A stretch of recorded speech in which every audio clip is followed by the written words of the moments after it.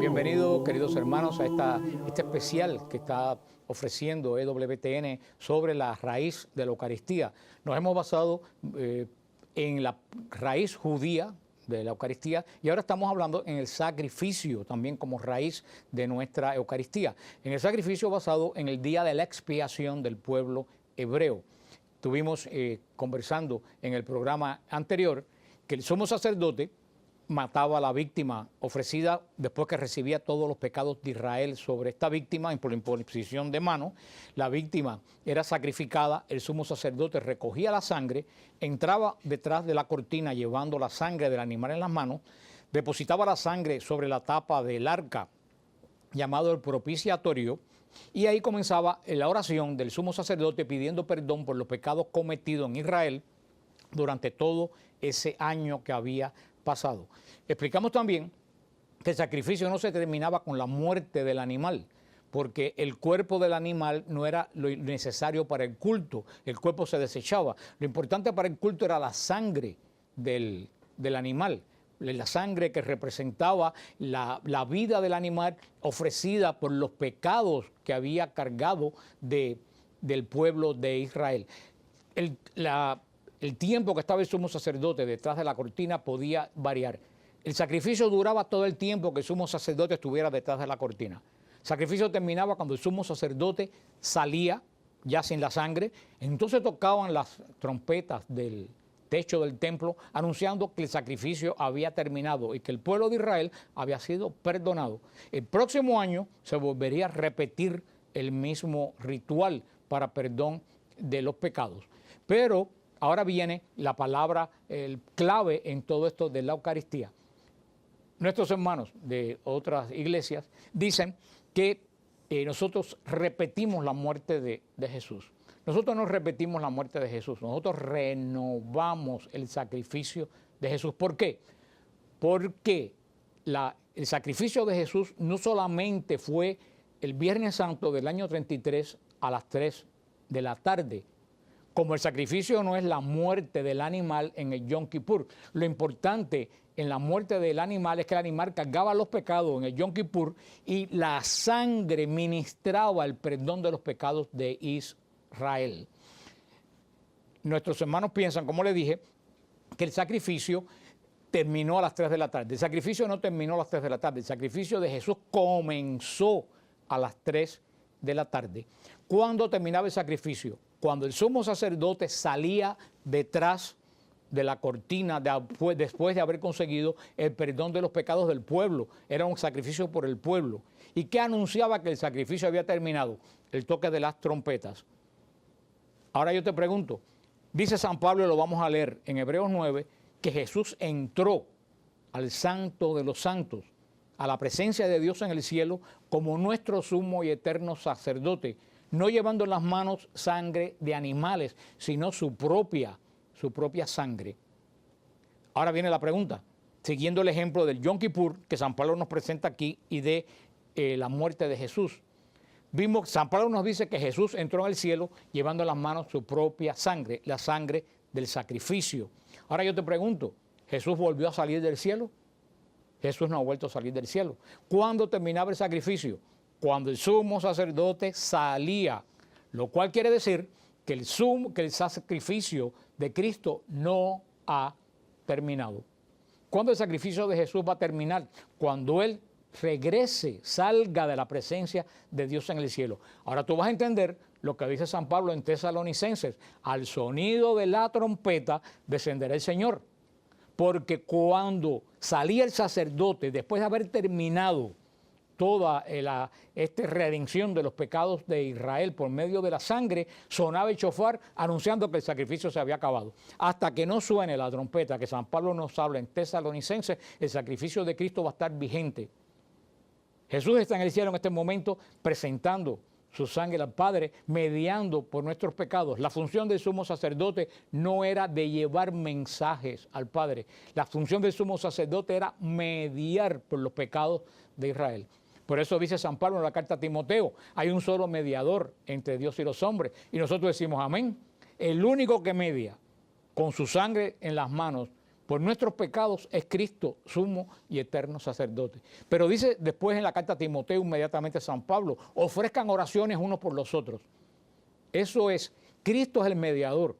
Nosotros somos intercesores. Jesús dijo bien claro, todo lo que pidan al Padre en mi nombre, mi Padre se los dará. Por eso que nosotros vamos al Padre en el nombre de Jesús a pedirle las cosas. Y por eso los santos, nuestros hermanos, van al Padre en el nombre de Jesús a pedir, porque Jesús nos abrió el camino al Padre.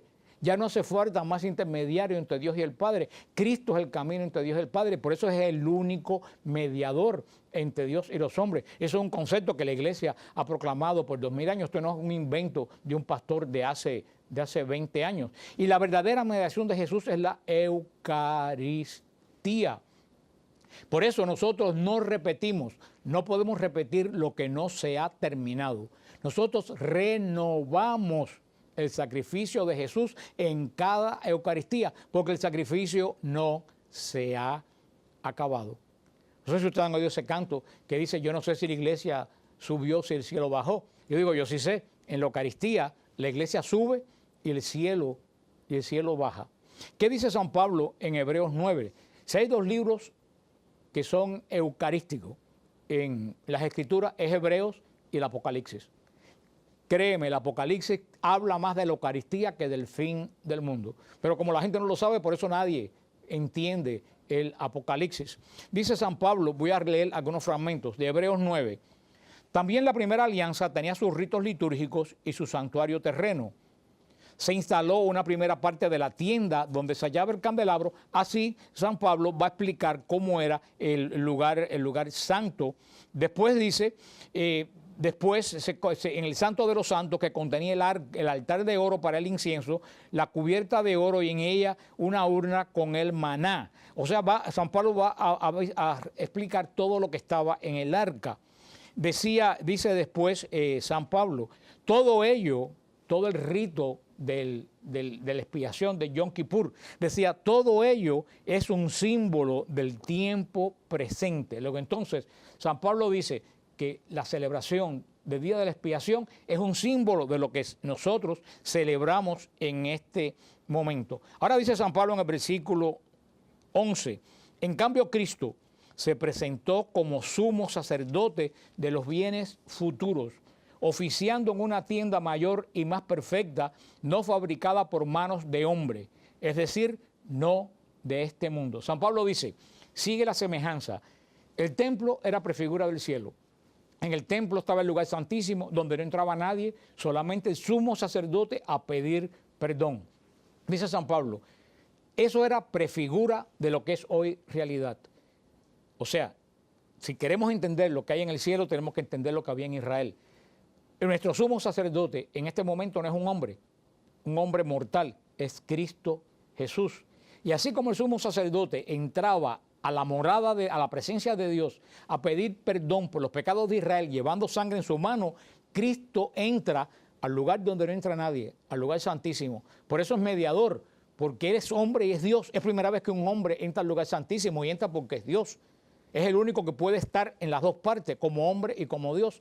Entra Cristo al lugar donde nadie puede entrar, llevando en sus manos no sangre de animal, sino su propia sangre. Y ahí comienza el proceso de la salvación. Jesús hace la redención en la cruz y comienza el proceso llamado salvación. Por eso dice San Pablo que entra en una tienda no fabricada por manos de hombre. O sea, a la presencia de Dios en el cielo. Y dice, y penetró en el santuario de una vez y para siempre. Y los protestantes dicen, ustedes ven Ahí está la clave. La Eucaristía no puede ser eso porque ustedes dicen que Cristo muere cada vez. No, ahí que está la clave de la Eucaristía. Cristo entró al cielo una sola vez porque el sumo sacerdote tenía que volver a salir, porque tenía que volver a esperar un año y purificarse y volver a entrar.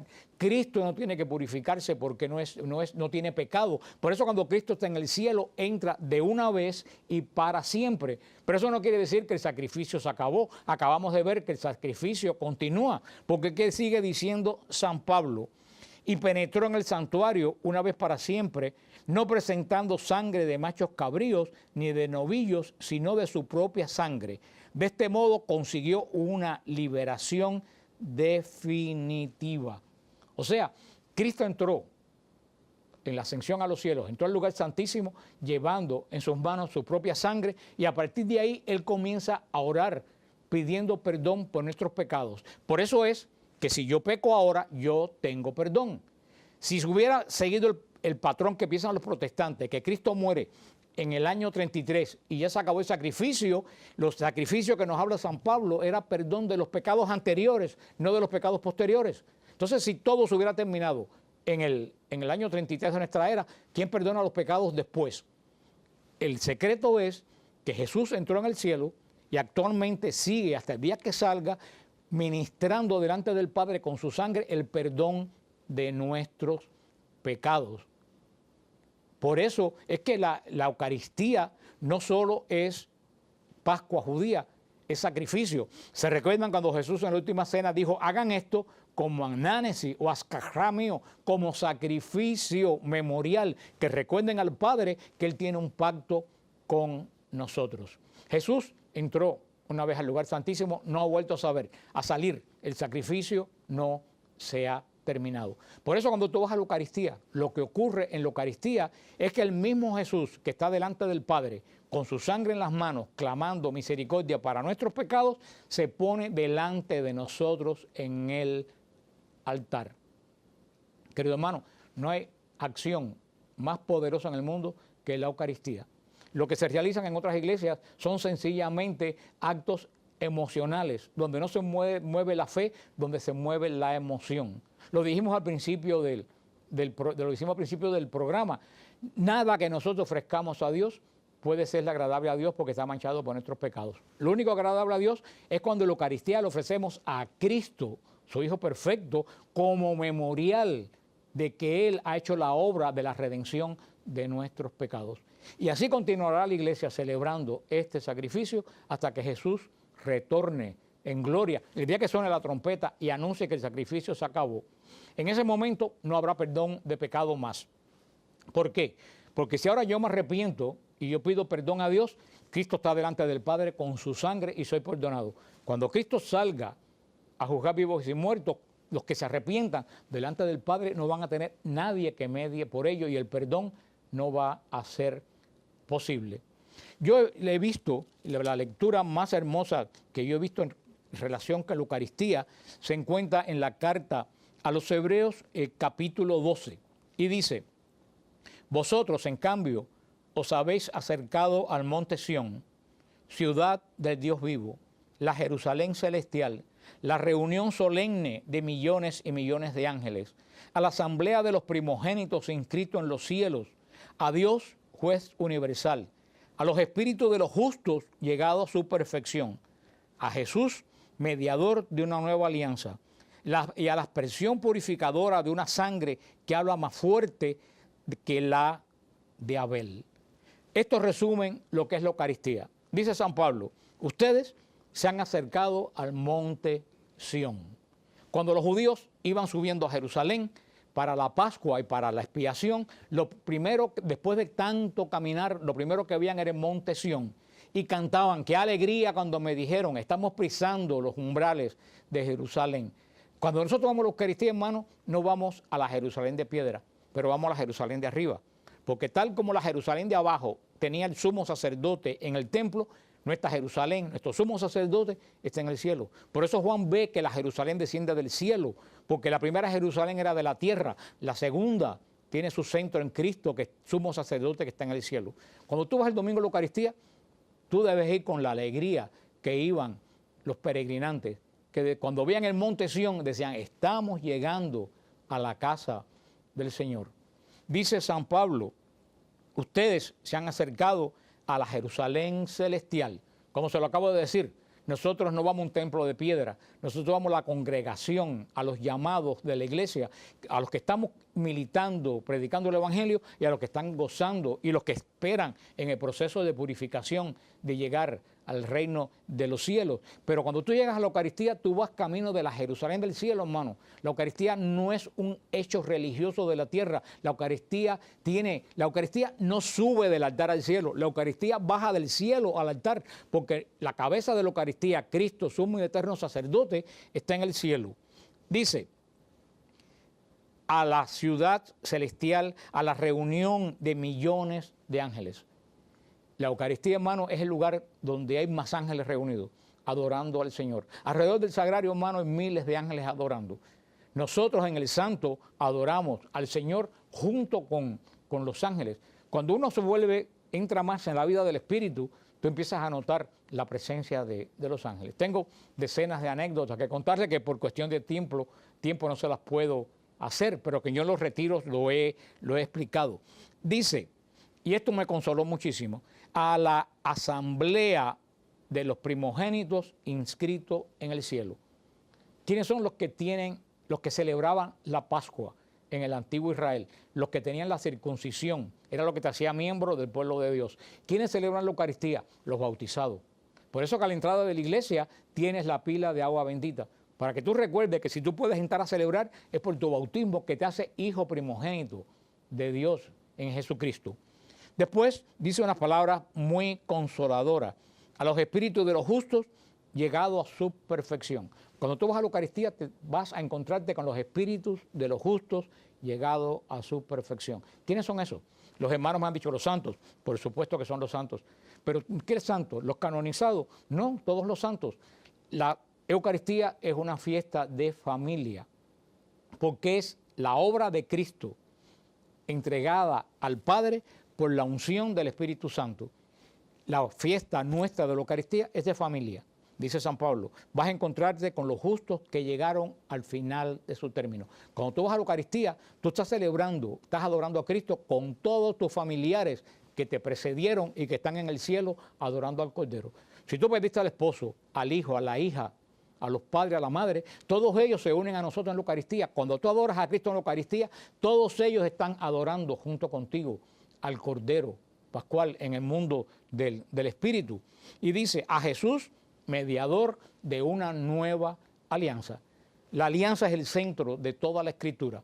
Jesús es el mediador de esta alianza. Por eso lo dice cuando nos habla del cáliz, tomad y bebed todos de él. Esta es la sangre de la alianza nueva y eterna. Porque la primera alianza se hizo con sangre de animal. La segunda alianza se hace con la sangre del Hijo de Dios, por eso que es eterna. Y dice, a Jesús, mediador de una nueva alianza, y a la aspersión purificadora de una sangre que clama más fuerte que la de Abel. Es la sangre de Cristo, la que es rociada por el perdón de nuestros pecados. Por eso, la iglesia nace en y por la Eucaristía. Y de ahí todos los sacramentos nacen, del corazón de la iglesia, que es la Eucaristía, porque el orden sacerdotal, el que nos bautiza, el que nos perdona, el que nos unge, nace en el centro de una Eucaristía. La confesión proviene del perdón de los pecados de Cristo en el cielo, presentando su sangre al Padre. La Eucaristía es Pascua y es sacrificio al mismo tiempo. Una hermana que se convirtió en nuestro grupo, que fue testigo de Jehová por muchos años, ella nos decía, Fran, ustedes los católicos dicen que Jesús está en la Eucaristía, pero ustedes no lo creen. Y yo le dije a Jackie, ¿cómo tú vas a decir que los católicos no creemos que Jesús está en la Eucaristía? Y ella me explicó, porque desde que yo me enteré que Cristo está en la Eucaristía, yo voy al sagrario todos los días. Y cuando yo llego al sagrario, el sagrario está vacío. Sin embargo, cuando viene un sacerdote que anuncia que tiene don de sanación, la iglesia está a reventar. Si ustedes creyeran que Jesús sanara, como dicen, el sagrario estuviera lleno. Ustedes, me dijo Jackie, muchos de la iglesia lo creen, lo proclaman, pero no lo creen. Yo le dije, Jackie, qué gran razón tú tienes. ¿De verdad creemos que Jesús está en la Eucaristía? ¿De verdad creemos que ese Jesús que está en la Eucaristía es el Jesús que sana? A mí muchas veces con las preguntas que contesto de WTN me preguntan, Fran, estoy enfermo, tengo cáncer. Y yo le digo, vea al sagrario y ora, ponle al Señor esa petición en el sagrario. Alguien me dice, Fran, tengo problemas con mi hijo. Yo le dije, ve y con tu espíritu pon tu hijo en el sagrario y déjalo al Señor, que el Señor trabaje con él. Fran, tengo problemas con mi matrimonio. Yo le digo, ve al sagrario. Y una vez alguien me escribió y me dijo, pero tú no tienes otra cosa que recetar que no sea el sagrario. Yo le dije, no, sobre la tierra no hay nada más poderoso que la presencia de Jesús en el sagrario. San Moisés se le dijo que se quitara la sandalia porque el lugar era santo y era la sombra de la zarza la que daba sobre la tierra. Cuánto más santa es la tierra donde Jesús está presente 24 horas esperando que nosotros vayamos a exponerle nuestras necesidades. Querido hermano, no hay otro remedio para nosotros los católicos como no sea el sagrario. El sagrario fuente de sanación, el sagrario fuente de bendición, el sagrario fuente de paz. Es Jesús centro de la nueva alianza. Así como estaba el maná guardado en una caja de oro, el maná que bajó del cielo, Jesucristo, que es el verdadero maná bajado del cielo, lo tiene nuestra iglesia y más ninguna, encerrada en el sagrario. Por eso es que da tanta tristeza, y así lo decía un santo obispo valenciano que ha sido canonizado, ver don Manuel, tanta angustia ver los sagrarios vacíos. Si de verdad, como me dijo Jackie, nosotros creyéramos que Jesús está en la Eucaristía, hermano, todo problema que tuviéramos, en vez de contárselo a todas las amistades y al grupo de la iglesia, correríamos al sagrario. Si yo supiera que Jesús está en la Eucaristía, en vez de lamentarme el domingo para ir a la celebración y esperar la última misa más tarde y la que haya menos coro y la que menos se predique, nosotros correríamos temprano en la mañana, como Israel corría a la fiesta de la Pascua, subiríamos a la Jerusalén del cielo a tener este encuentro con Jesús, mediador y sumo sacerdote en nuestra Eucaristía. Si de verdad creyéramos que Jesús está presente en el templo, hermano, nuestro comportamiento en el templo, nos vestiríamos más modestamente, hablaríamos menos en el templo. Tú tienes toda la semana para hablar. ¿Por qué dedicas la hora que le dedicas al Señor para conversar con otro? Y eso me recuerda la palabra de Jesús en Getsemaní. No han podido velar conmigo ni siquiera una hora. Tienes 6 días para ti y no puedes dedicarle uno al Señor. El Santo Padre Juan Pablo II, cuando escribió la encíclica en el Día del Señor, te recomiendo que leas el Día del Señor, la encíclica de Juan Pablo II. Él decía que muchos males que tiene el mundo hoy vienen porque hemos dejado la adoración dominical. Dijimos al principio del programa, el Señor separó a Israel para que sea un pueblo de adoradores. El continuador de Israel es la iglesia. Nosotros tenemos la responsabilidad de adorar. Si la iglesia no adora bien, Dios no tiene en el mundo adoración. Y te voy a decir algo y no te quiero dar miedo con ello. La historia del mundo tiene que ver mucho con la Eucaristía. Si tú vas al Apocalipsis, cuando los ángeles tiran los carbones sobre la tierra y explota la guerra y el hambre en la tierra, los toma del altar del incienso del cielo, de donde se elevaban las oraciones de los santos. Ese carbón que hacía subir las oraciones de los santos cuando caen en la tierra, provoca guerras y enfermedades. La liturgia tiene una relación tremenda con la historia de la humanidad. Una buena liturgia, hermano, una buena historia. Una mala adoración a Dios, un mundo con problemas. Si tú miras alrededor del mundo, vamos a preguntarnos, ¿cómo estamos adorando? Tú puedes medir la adoración por la historia del mundo. Lo cual quiere decir, lo han dicho todos los papas, tenemos que volver a ser un pueblo de adoradores. Cualquier grupo de la iglesia que se reúna es un grupo que una vez al mes debe tener adoración eucarística. Tenemos que ir a los pies de Jesús en la Eucaristía a presentarle nuestras peticiones, nuestras angustias. Tenemos que ir a la Eucaristía para ofrecer el único sacrificio agradable a Dios a través de Cristo, que es Cordero, que es sacerdote, que es ofrenda, que es víctima y que es mediador. Hermanos, ese tesoro solamente el Señor lo depositó en nosotros en la Iglesia Católica. Ojalá que nosotros seamos conscientes a través de estos pequeños programas, seamos conscientes de la centralidad y la importancia de adorar bien y de la Eucaristía como única y santa adoración. En el nombre del Padre, del Hijo y del Espíritu Santo. Amén.